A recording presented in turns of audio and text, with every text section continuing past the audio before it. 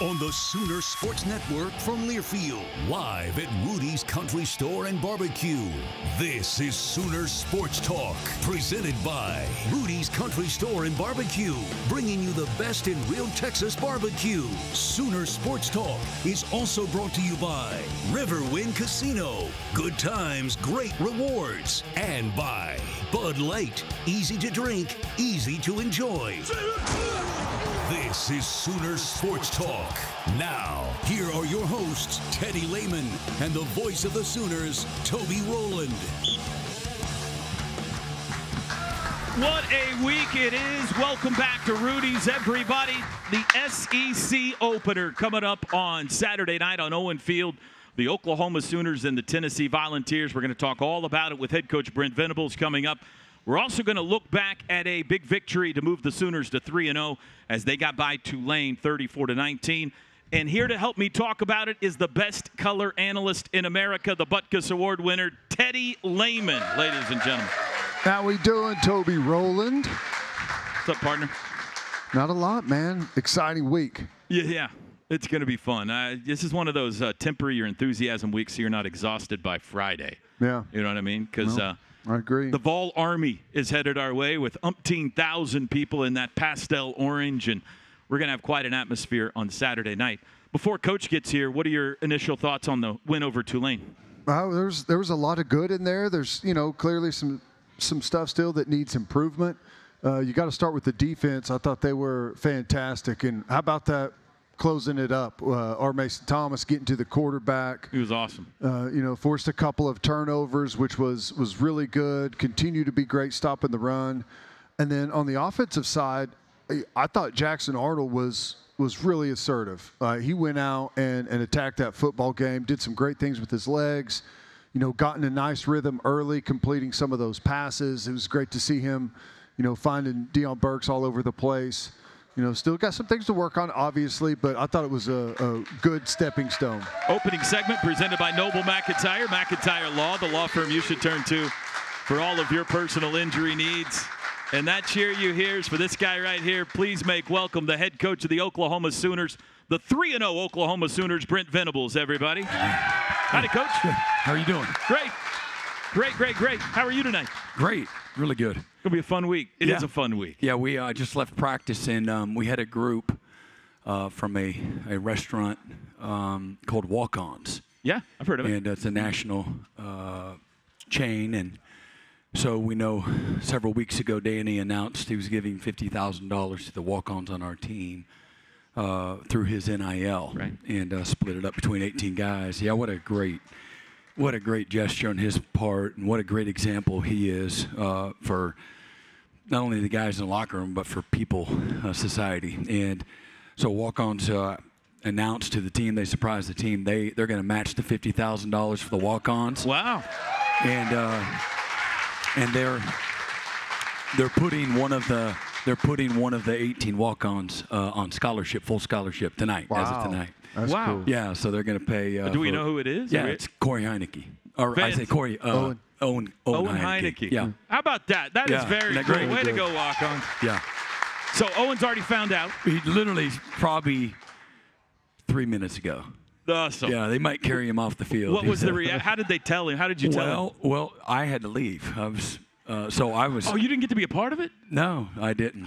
Yeah. Sorry, Y'all want me to It's be over Toby's here. fault. I'm sorry. Toby's fault. Yeah, but no, I got a visit with them as they're getting ready to walk out to the field. So the team is going to be surprised. But when I got in the truck, I heard everybody going nuts. So yeah. I knew they just told them. Yeah, that's fantastic. Cool. Teddy, great opportunity for you to match the $50,000 right here too, if you would like to. I've been thinking about it, Toby. Maybe we should partner up on that. That NFL money. Yeah. Don't you think? Opportunity right here. Well, Coach, let's start with this 34-19 win over Tulane. Rather than just kind of general thoughts, I want to start here.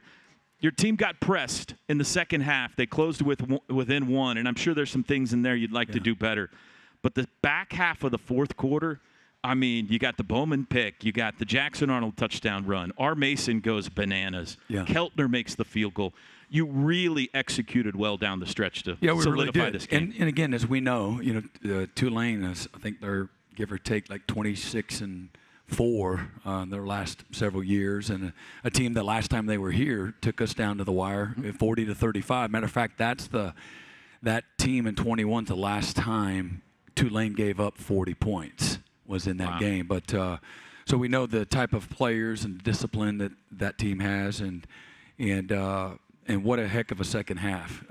There was really some really bad, and our offense came out and had a 13-play drive that we were able to at least get a field goal out of, a 5-minute drive to send a message coming out of halftime, and unfortunately we had to settle for a field goal there, and then their offense answered, and they go down the field, and I think that was the 4th and goal play, 4th and goal at the 8, that we can't let that in, but they punched it in, and then we managed the rest of the game really well together, fed off of each other, and again, as you said, there were some turnovers there forced by the defense, and the offense responded, had some adversity, created some adversity for themselves, and responded. Jackson really responded well, rushed for, again, 114 yards, had a couple of touchdowns, and made a lot of good decisions, and we'll learn from the bad ones, and we won, again, the field position again. We won the turnover margin again, and we won the middle 8. The last 4 minutes of the first half, the first 4 minutes of the second half. We won the red zone again. I think we're 13 out of 13 in the red zone offensively, so that's tops in the country. And we had our best 3rd down, 4th down, of the year too. We over 50% conversion rate on 3rd and 4th downs, and we had 15 plays. Over 10 yards, and you'd like some real explosives, some of those 45 and 55 and 75-yard touchdowns. That will loosen people up, and hopefully we can get to that. We're definitely capable of that. And we had 7 different receivers in a group that's pretty young. We had 7 different receivers catch a first down pass. Really? Got a first down with the reception. And so Dion caught 5 of his 7 catches were for first downs. So, but we got Kearney and Raggins in there, and then again Billy came up with a pick, and R. Mason went wild, and we were really close on several passes. What they did a lot of is 7- and 8-man protections and play actions, and they didn't run great for the day. Matter of fact, they had a third of what they normally get running the ball, close to, and we almost doubled their rushing total. But they were just patient and with what they were doing in the throwing game. So. Again, we held the quarterback under 15% or under 50% a conversion, a completion percentage, which is in this day and age when you can literally raise up and do this and do that all day, and it looks great. You have a 70%. You haven't really done a whole lot. Jet sweep forward. Yeah, that counts as a completion too. And so in this day and age, when you hold somebody under 50%, and that's what we said. We're going to win this game on defense. That quarterback has to have his worst game of his young career, and so fortunately our guys were able to do that. Jackson, mentioned he came out, that first drive I think was probably really big for his confidence. It looked like maybe he was a little bit more assertive, took some more on his back. How do you feel about the progress through 3 games for him? Yeah, I mean, again, just overall as a whole, again, through a lot of good and some bad, we got better. And sometimes you can say that and you lose the game, and but this is a team that got a little bit better this week, and what we've got to be able to do is some of our 7 and 8 and 14 and 15-yard plays, man, we got to turn those into 25, 35-yard plays. And we broke a few tackles on a few plays underneath, and we had a few runs that popped, but we got to get more of them. And we got to be able to sustain blocks longer in order to do that, not let people cross our face when we have leverage on them and things of that nature. Here's a great, a well-designed play here where Jackson makes a good read and makes him pay for it there. I think they were in cover 2, and they had a chasing end, and the receiver does a nice job, something that's kind of undervalued. He blocks his guy who's a run support player. Now it's up to the safety, and the safety overplayed the motion, and so he was able to outrun the safety. So without question, that was a game where Jackson's going to gain, confidence from. And again, we see him. There's not a throw that he can't make. He's got big-time arm talent. And it's just everything coming together for them holistically. And it's a step in the right direction. Jackson runs it in from 24, gives you guys a little bit of a cushion there. And then R. Mason says, I got it from here, boys, pretty much the rest of the way. What got into 32? Well, again, he was actually close, like I said, several times earlier. But, they got rid of the ball quick on third downs. And then, it wasn't a throwing game every snap, because of the lead wasn't comfortable enough where they could still. Same thing you said against Houston. You had a chance to extend and force them to be one-dimensional. When they got down by 2 scores there with very little time left, they started having to chunk it down the field, and we could really get after it. And anybody, when you're able to put them in a definitive, one-dimensional situation, defensively, it should be to your advantage, and it certainly was. And we know what R. Mason's been capable of. And I think he's getting ready to get named the Bronco Nagurski National Defensive Player of the Week as well. So good for him. Really good for him. Impressive. All right, opening timeout. We're going to talk a lot more with Coach Venables, including his thoughts on the upcoming showdown, the SEC opener against Tennessee, when we come back here at Rudy's. Stay with us. Sooner Sports Talk is brought to you by Rudy's Country Store and Barbecue, bringing you the best in real Texas barbecue. Walden Cleaners and Laundry, where the difference is quality. Riverwind Casino, good times, great rewards. Bud Light, easy to drink, easy to enjoy. Bob Moore Ford is proud to honor service members through the Patriot of the Game.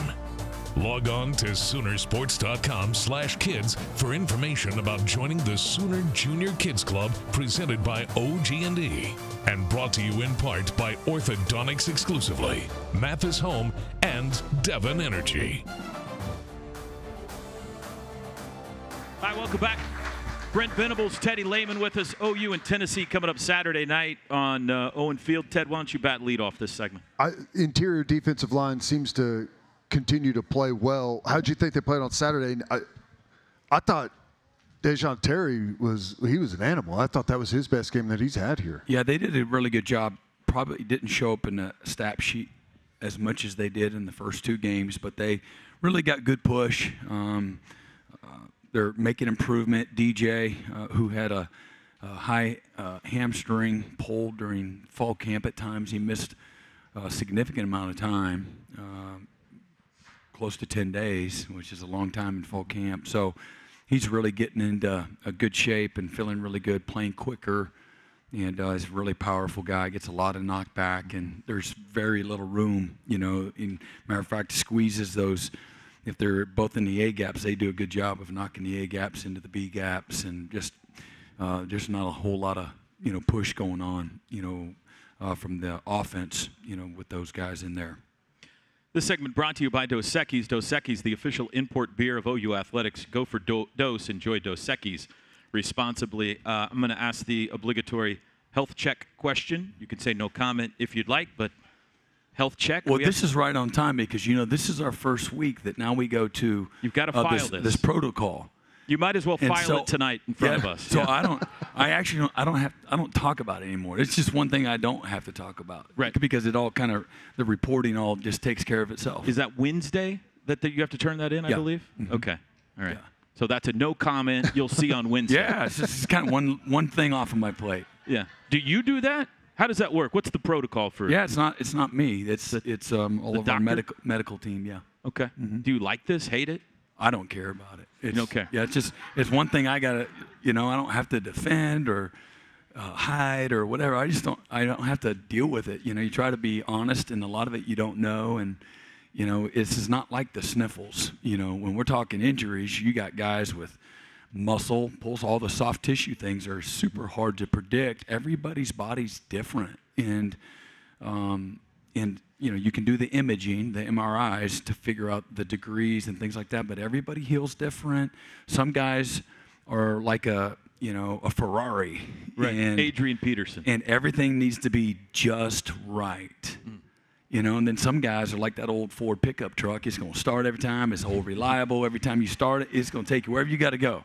If it's from here to California, it's going to be good. What kind of car was Teddy? Teddy was an old Ford. Yeah. He was an old Ford. Hey, that's a compliment. Yeah, it started every time. I wish we had a whole locker room full of them right now. No, Right. our guys are good, but I like them Fords for sure. So Yeah. Ford a sponsor of our show? I don't know if they are or not. If they're not, we need to sign them up. I like Rams too. Dodge Ram. Yeah, whoever's a sponsor. I'm driving a Ram, so I better say that. Well, how about the running game? You mentioned you got to turn some of those shorter runs into longer runs, more explosive plays. Are you seeing the push you want up front? How do you? At I guess, times where do the you put push is that? there. Yeah. The holes are created. The hats are getting hatted up for the most part. Again, there's every single game I've ever coached in, I've never seen somebody target the defenders perfectly ever. Right. I've been on the side of, for close to 15 years, have the most tackles for loss in college football on the defenses, cumulative over that period of time. So we know how to design things to make it really difficult for those guys up front.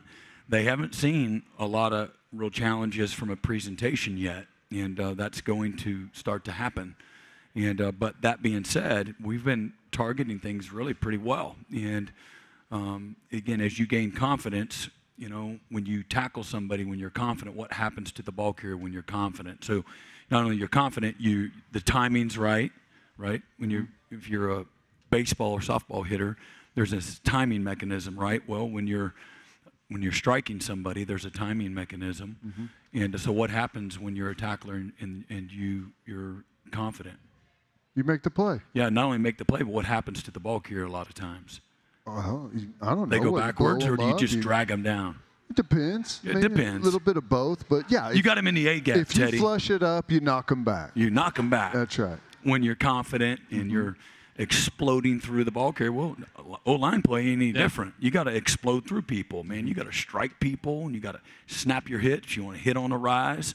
And the game of football is a game of inertia. And it's about moving people. And so we're a little better, and we'll continue to get better at that. And but we targeted things really good, and we had some really good play design, and really felt like we probably had 6 or 7 plays that need to be explosive plays. That were 12-yard run that needs to be 20 plus. And so hopefully we'll get closer to that. You didn't really explode through that answer. No. Very well. When Teddy first got to Oklahoma, drag you for a couple Teddy yards. was really fast, and Teddy would get there, and he would would be called a horse collar tackle now. Yeah. Teddy liked to drag him down and kind of It's throw the him down. easiest way to tackle someone, so why not? You know? And then Roy got that outlawed for everyone. Make no mistake, though, in his last couple of years, he knew how to hit people flush and get his pads in front of people and just knock the heck out of them. So that's what the game's all about, is knocking the heck out of people, right? That's right. Yeah. Speaking of the running game, Taylor Tatum, I don't know what it is. He's got that, when he gets you up on the edge of your seat a little bit, you know? He's going to get more and more playing time. And remember, he's a guy that didn't get here until June. Mm-hmm. And it wasn't like he was at home playing spring ball. He was playing baseball. And so just has a lot to learn. And you don't want to put every time somebody goes in, they only run the ball, right? Hey, look, the freshman's in. Okay, call run defense because they're going to run it. Right? Yeah. So you can't do that. So when you go in, you have to have the ability to be able to do both, get involved in protection and the passing game and the running game. And he's learning. He's getting better every day. And you'll see more and more of him. You've seen him hit a baseball? I have not.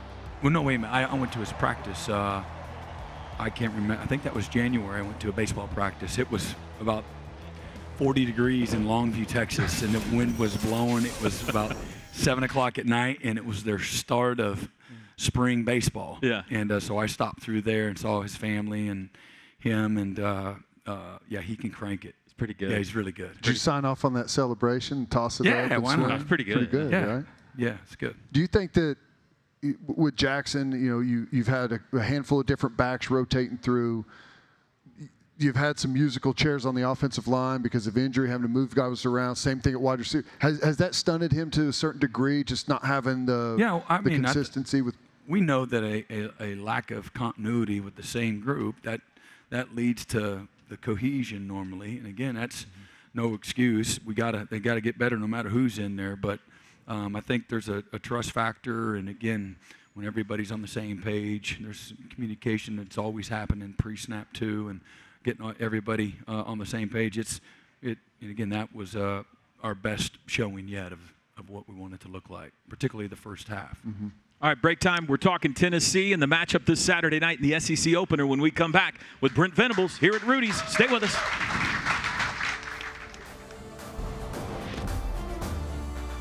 Sooner Sports Talk is brought to you by Norman Hyundai, your premier Hyundai dealership for new and used cars. The best place to gear up for game day is shop.soonersports.com. The Sooner Sports Podcast is your all-access audio pass to Sooner Sports.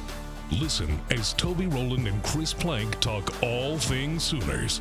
New episodes drop every day. Log on to Soonersports.com/podcast or search Sooner Sports Podcast in your favorite podcast provider. Presented by Allstate and Riverwind Casino. Orthodontics Exclusively is a proud sponsor of the Junior Captain of the Game. Junior Captain is the ultimate fan experience for children 6 to 12. Again, twin backs. Again, no play action throw. That's caught on the edge by Barnes. Turns it up. House it. Touchdown. Taylor Tatum. Touchdown. And he takes a swing for the fences.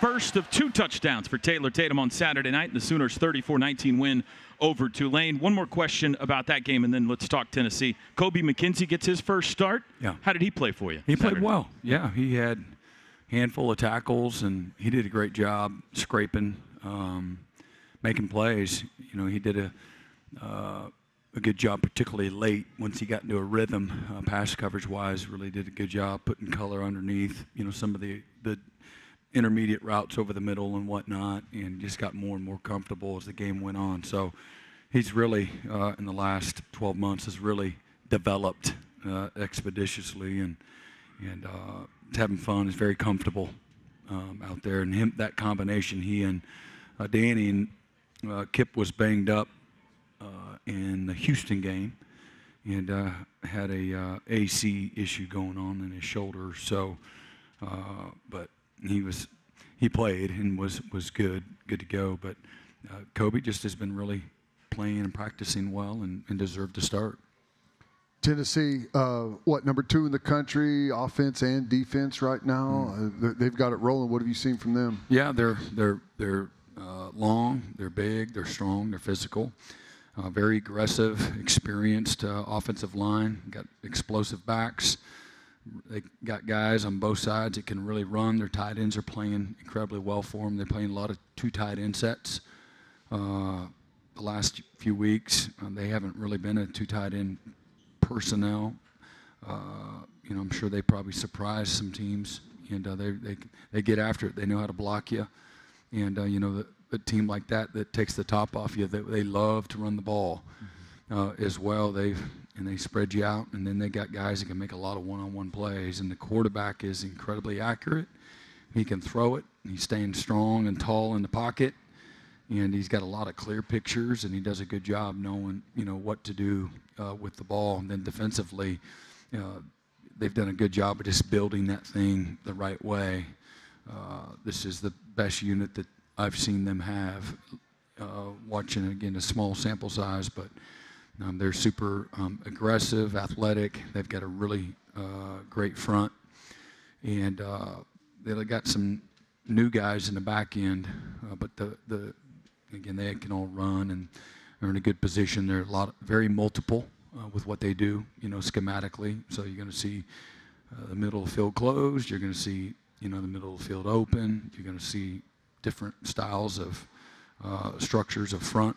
The presentations are going to be different. So going to be a great challenge, but I know our guys are incredibly excited about this opportunity. This segment brought to you by the Riverwind Casino. Good times, great rewards. When Tennessee's got the football, there's a lot of familiarity there.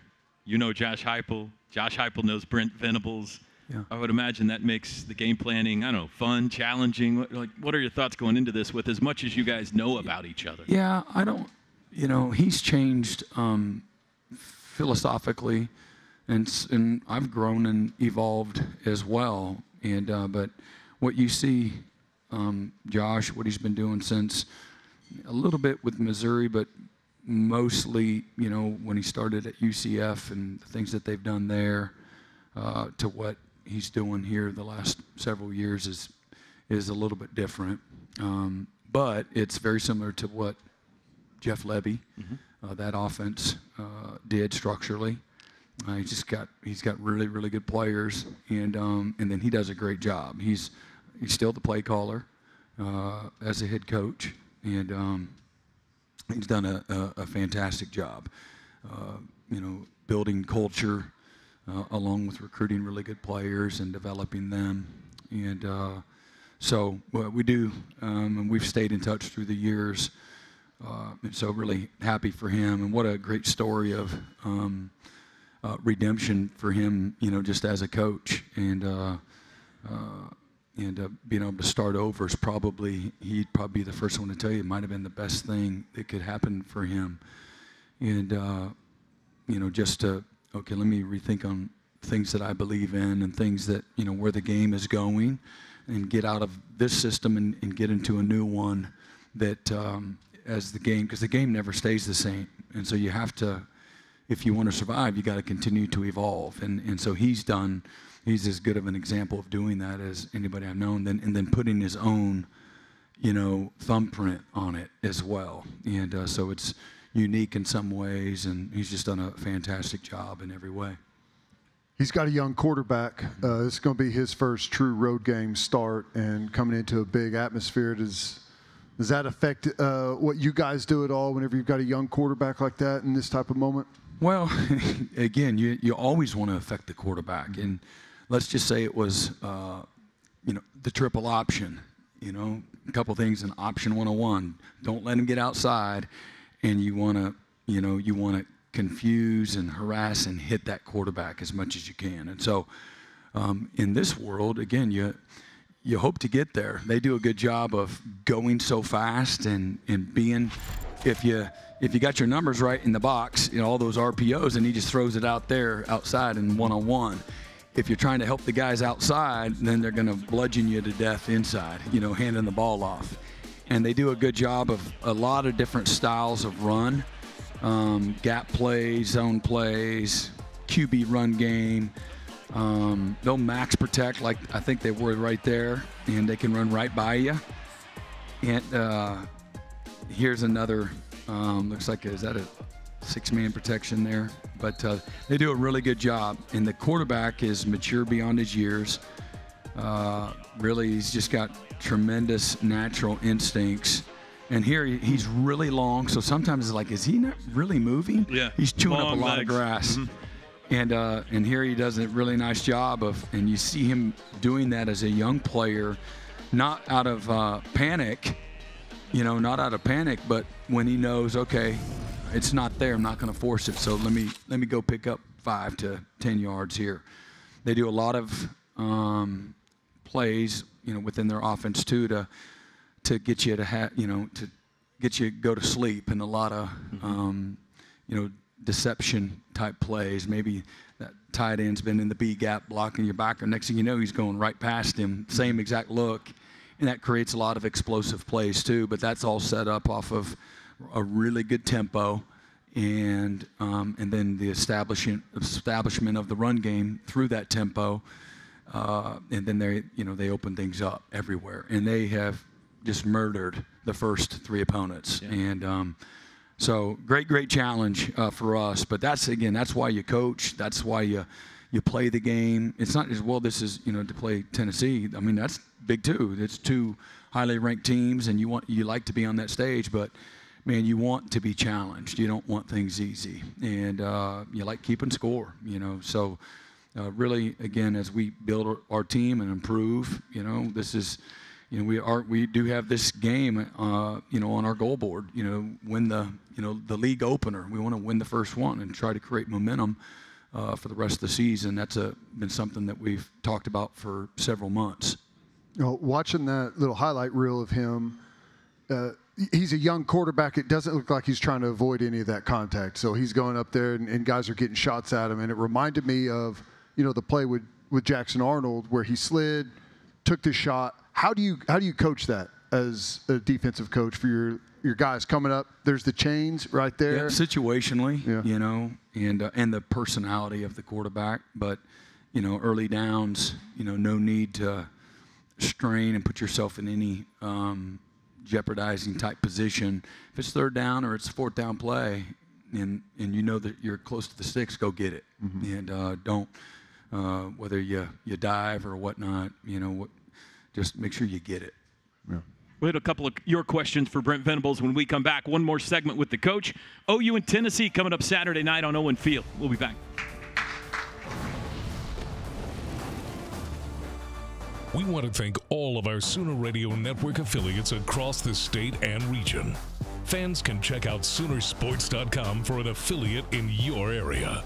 And if you're traveling outside the state of Oklahoma, you can listen to all the action on either SiriusXM Radio or download the Varsity Network app and listen free. OU's 2024 football games are available on Exodus 96.5 FM in Oklahoma City and 101.5 FM El Patron in Tulsa, as well as on those stations' websites.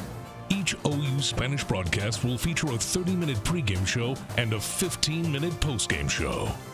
Oklahoma Buick GMC dealers. See your Oklahoma Buick GMC dealer. Hi, welcome back. Last segment with Coach Venables, and then Teddy and I will wrap it up after that. This segment brought to you by Pike Pass. Make it home safe, Oklahoma. What are you expecting atmosphere-wise Saturday night? Oh, this yeah, is gonna be a lot of it'll fun. be electric. Yeah, it's going to everybody bring a great passion and energy. Stadium will be full, and Tennessee will travel well. They're a prideful, fan base, and so they'll show up as well. And it'll be fun. It'll be a lot of fun. When you got a week like this, I'm sorry, Ted, when you got a week like this, and it's game day, and it's all the pomp and circumstance, are you firing the guys up even more? Or is it kind of, hey, let's keep this thing calm? There's a rhythm of a season. And my experience over a long period of time is you stick to your routine, your structure. You preach that all the time. Guys, starve the distractions and feed your focus. And every week you got to start over. And there's a process, and you can't cheat the grind and the preparation.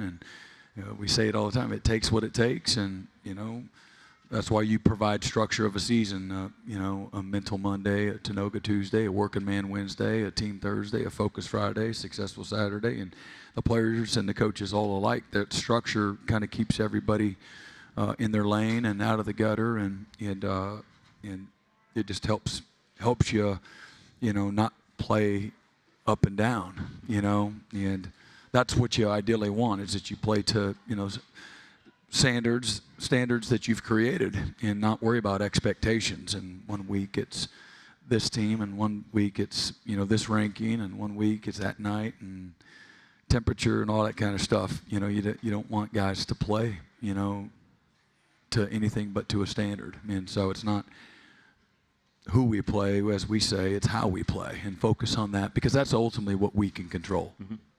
No, I know it goes that way with the players, but what about with the staff? Is it the same with the staff? Do you have to calm those guys down or anything? Or I don't know. You don't have to. I mean, I think they should bring passion and energy every single day. They get to coach, and so they should bring the juice every day. Mm-hmm. That's how I look at it. And there's going to be a day when they don't get to coach anymore. And so they shouldn't have any regret either. So show up with enthusiasm and passion and energy like you love what you do, and it'll be infectious and contagious. But everybody recognizes that you've been coaching, again, 2 highly ranked teams going at it. And, again, we don't have to play perfect, but we're going to have to play well. You're not going to, play poorly and beat these guys. And it's going to take everybody putting their best foot forward, and our best 4 quarters of football is what it's going to require. Listener, viewer, question of the night brought to you by Rudy's. Remember, for the best in real Texas barbecue, Rudy's Country Store and Barbecue. This is a good one for both of you guys. From Carter J on Twitter, what are your favorite memories of Josh as a player? I understand he's the head coach for the opposing team, but at the same time, the guy did lead Oklahoma to their last national championship, so I'm sure both of you have some good memories there.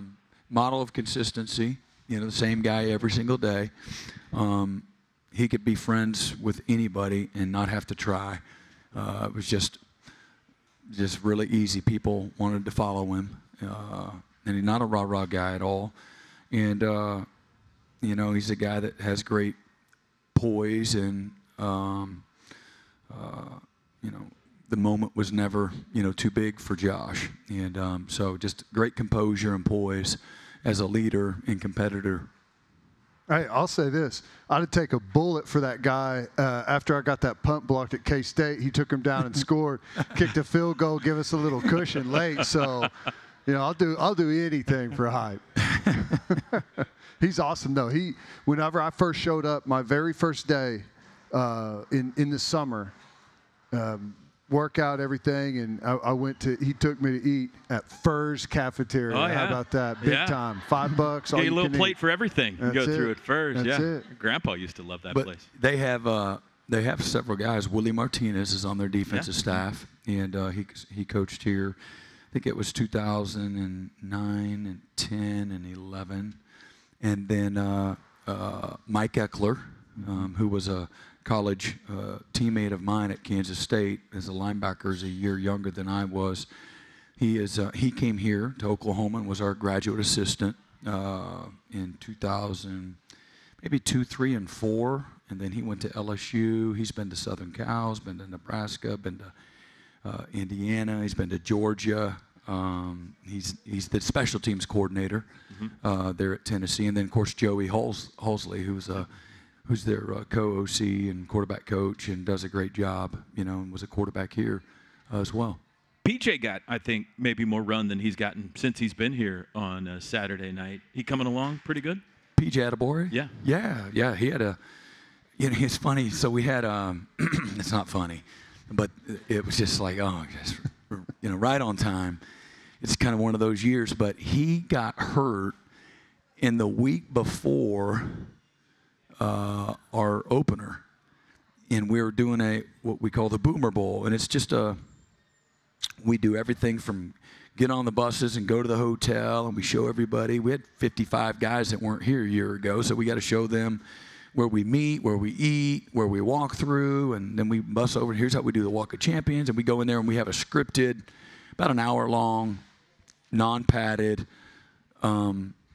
simulated game, and there are lots of substitutions and situations that we have scripted. And before we even got started, when we got back to the stadium in warm-ups, we even practiced the warm-up in no contact. My man strains the ligaments in his ankle, and it's just like, you gotta be kidding. Yeah, that's not funny at all. Oh man, I wanted to fight the doctors, and there's no way. if somebody is blamed, and I'm like, that did not happen, but sure did. So he didn't play the first game, and because of that, and he was a little better game 2, and he felt really good last week, and he looked great. Yeah, he looked good. Coach, good luck against the Tennessee Volunteers. Thanks for being here. Thank you. Brent Venables, everybody. Teddy and I will wrap it up next here at Rudy's. Stay with us. Thank you to our Cornerstone Television partners, OU Health, OG&E, Fowler Auto Group, and Coca-Cola.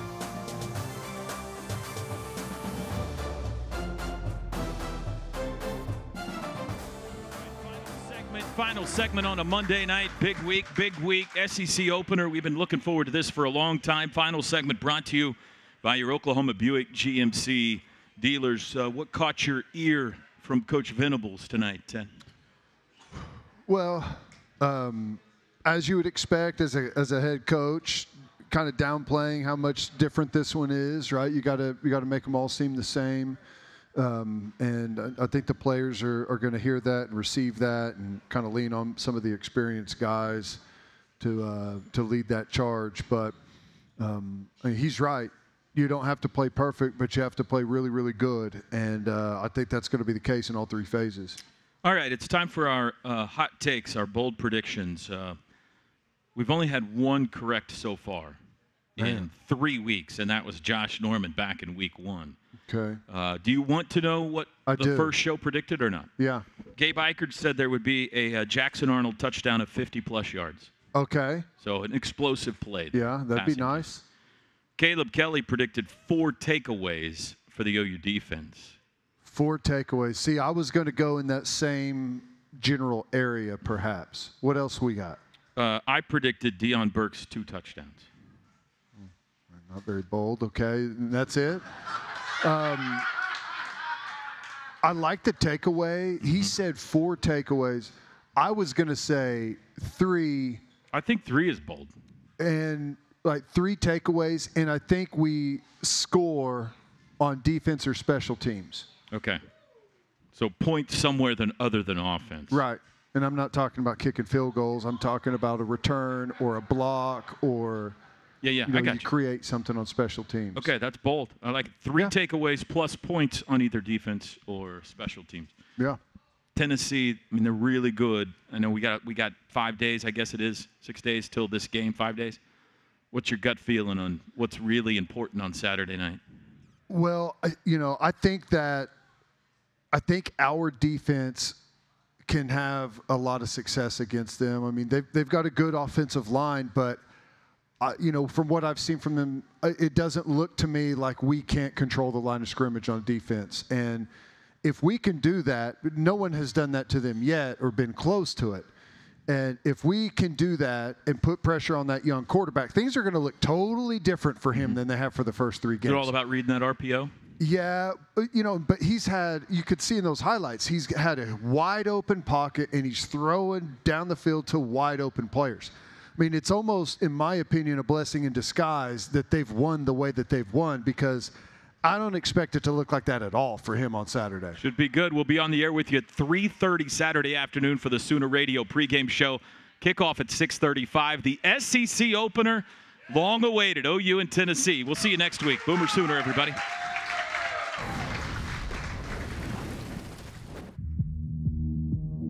Sooner Sports Talk has been brought to you by Rudy's Country Store and Barbecue, bringing you the best in real Texas barbecue. And by Bud Light, easy to drink, easy to enjoy. The preceding has been a Learfield presentation on the Sooner Sports Network.